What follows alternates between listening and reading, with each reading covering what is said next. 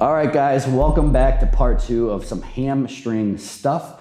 If you didn't watch part 1, it'll be linked up here somewhere, and I recommend that you watch that first because that hopefully gives you more tools than I'm going to give you here. And I'm going to go through some of this kind of quick, so if you're watching this, you're like, what the hell is he talking about?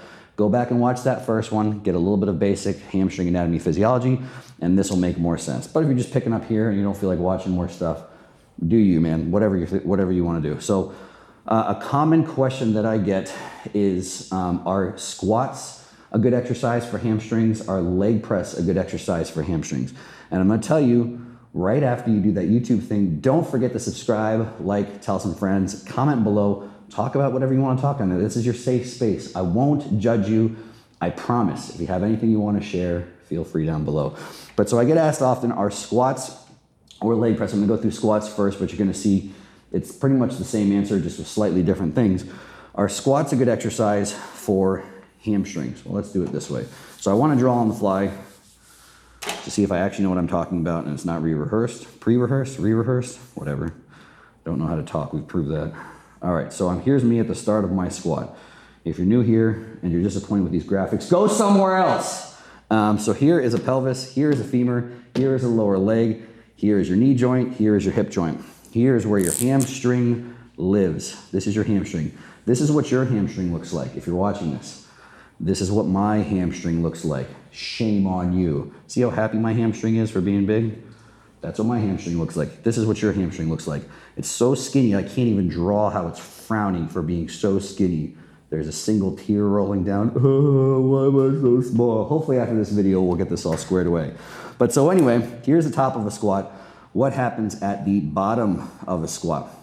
So at the bottom of a squat, well, depending on how deep you go, again, if you're watching this and you're about to leave a bad comment and troll me, then this is your squat.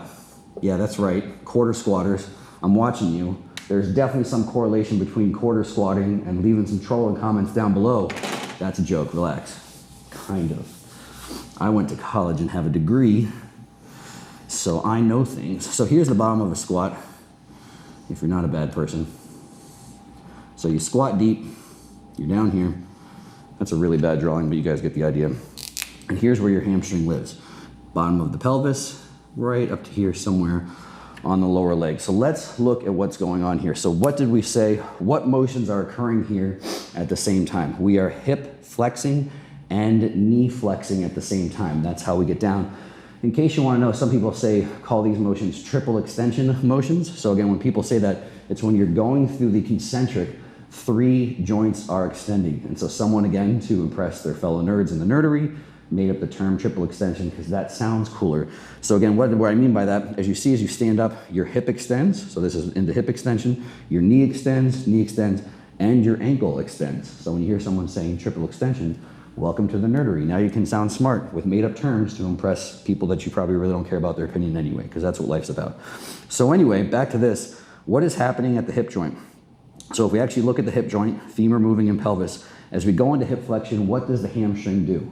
So again, looking just at this joint, as this happens, the hamstring lengthens, correct? So again, anytime hip flexion is occurring, all other things being the same, the hamstring lengthens. So if I go like this, knee, what I mean by the same is if I don't move my knee joint and I hip flex, hamstring lengthens. But are all other things the same here? No. What is happening at the knee joint? Well, as the hip is flexing, the knee is flexing. What happens when the knee flexes? The hamstring shortens. So what does that mean? It's basically, it's not exactly how this occurs. It's essentially, for understanding what I'm saying, nerds, relax. It's lengthening at the hip and shortening at the knee. So what does that mean? How can you lengthen at one joint and shorten at the other joint? The reality is, it's probably not moving a whole lot, right? So what does that mean? If one end is basically, this end's getting longer, at the same time this end's getting shorter, the muscle is actually not changing length a whole lot. What does that mean? It's essentially performing an isometric. And so does that mean it's not doing anything? No, it's doing something. And in reality, when you're squatting, you can make a big argument that hamstring, along with some other muscles, hip flexors and some other stuff, basically anything that crosses over the hip joint is a pelvis stabilizer. Anything that goes from the pelvis to the spine is a pelvis stabilizer. But it is accurate to say that that isometric is very necessary. And I would say the heavier you squat, the more force production you're still getting out of the hamstrings, performing an isometric, helping stabilize the pelvis and basically everything else it's attached to as well too. So what's the take home of that? Are isometrics the best way to grow muscle? Well, evidence would indicate that they are not. Not saying you can't grow muscle doing isometrics, but they're probably not the best. Traditional concentric, eccentric style training seems to be the thing that there's the most evidence that this actually produces results, not just nerd evidence, but also in the gym evidence. When's the last time you saw somebody get huge doing entirely isometrics? Most people go in the gym and do the same thing we've been doing for decades with variation, obviously, to be more efficient. So when someone asks me, are squats a great exercise for developing hamstrings? Probably not. And not because of the exercise, but probably because of the reality that if someone said, hey, Joe, are isometrics the best way to grow hamstrings? And I'd say, well, you don't do it for the rest of the muscles in your body.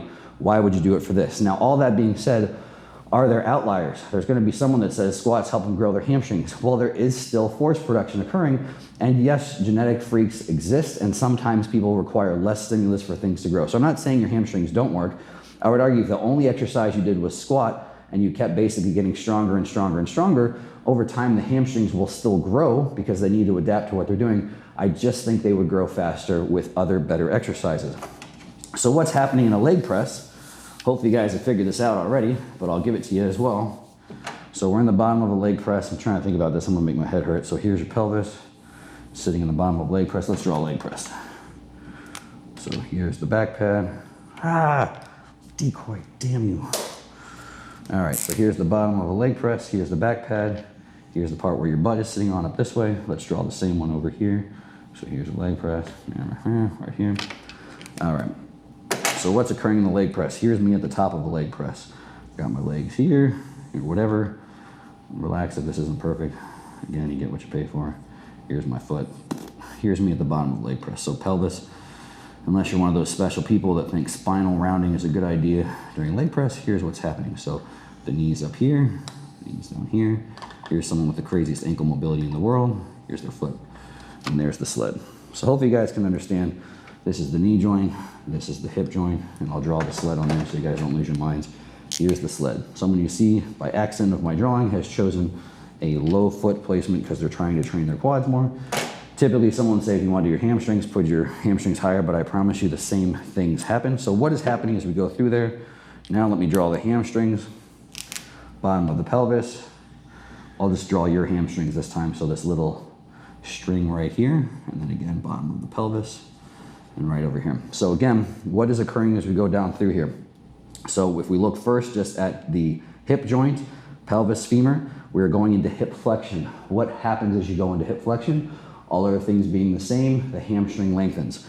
But are all other things the same here? No. What's happening at the knee joint? The knee is flexing. So again, we have at this joint, the hamstring is lengthening at the hip. And as we look at the knee, that knee is flexing. What happens when the knee flexes? The hamstring shorten. So basically, the same thing is happening here. It's lengthening at one end, shortening at the other end. Nerds relax. I know that it's not actually two separate things happening, but basically it's performing an isometric. The length is changing none or minimally. So during a leg press, triple extension movement, because both joints are moving, one's lengthening, one's shortening, basically the hamstrings perform an isometric, and arguably the same thing. Can your hamstrings work? Yes. Are isometrics the best way to grow hamstrings? Probably not. And especially in this case, same for squats. You know, if you have hip extension occurring and you have other strong hip extenders like glutes and adductors, they're probably doing the vast majority of the work. Now there's a second consideration here. Is the pelvis needing to be stabilized as much here? No, we've got a back pad and we're sitting on something. So I would make the argument, because people tend to say leg press is really good for hamstrings, put your feet up high. And I'm not saying you can't feel them. Obviously you can feel them. Obviously there's tension involved to some degree. But the reality is the length is not changing a whole lot. And arguably the hamstrings even have less work going on here than they would during a squat. And so basically the length is probably, less work going on here than the squat, and they don't have to stabilize the pelvis. So arguably they're even less stimulus than you would get doing a triple extension like a squat type motion. So again, are they bad? No. And obviously if you put your feet higher, you're having a little bit more hip flexion, but knee flexion is still always going to occur, kind of offsetting a dramatic length change. And so again, the whole argument is, I think there's better exercises. So if you're going to do hamstrings and you're saying, how do I get bigger hamstrings? I'm pretty much never going to program squats, never going to program leg press for the reasons mentioned here. That being said, like I said, can you feel them? Yes. Are they doing something? Yes. Is there some force production? Yes, and there's going to be some genetic freak out there that just that little stimulus is enough for their hams to get huge. But for the rest of us, it's probably a better idea to actually just try and isolate at that joint, or even do some more relative isolation if you just want to do hip flexion, RDL type stuff, where at least there's a dramatic length change occurring. So when people ask me, do leg press or squats good for hamstring development, I will never say the word bad. They're not great, but more accurately, I think there are more effective or better options out there for your time. And again, both those options, depending on what you're trying to do, as far as your hips are concerned, probably much better for glutes and adductors. And then as far as the knees concerned, well, you've only got one really big knee extensor anyway with the quads. So again, obviously both of those could be fine quad exercises as well too. So hopefully that makes sense. Hopefully you like my sweet ass drawings. And if you don't, well, then you just have bad taste. And I will see you for the next one. The next one I get asked the question all the time, the last video in the series, and this is really the question that actually stemmed me wanting to start this series, is people say, should I lean forward in a seated leg curl? And is that beneficial? People don't really know what it's beneficial for, but some people will say, is it lengthen them more? Some people say, does it get a better contraction? So I'll provide a little bit of clarity on that answer. We've got a decent background of some anatomy and physiology. We've upped our nerd game. And so let's take it all home in part 3. Coming out tomorrow, or if you're late to the game, it's probably already out now. Go watch the video.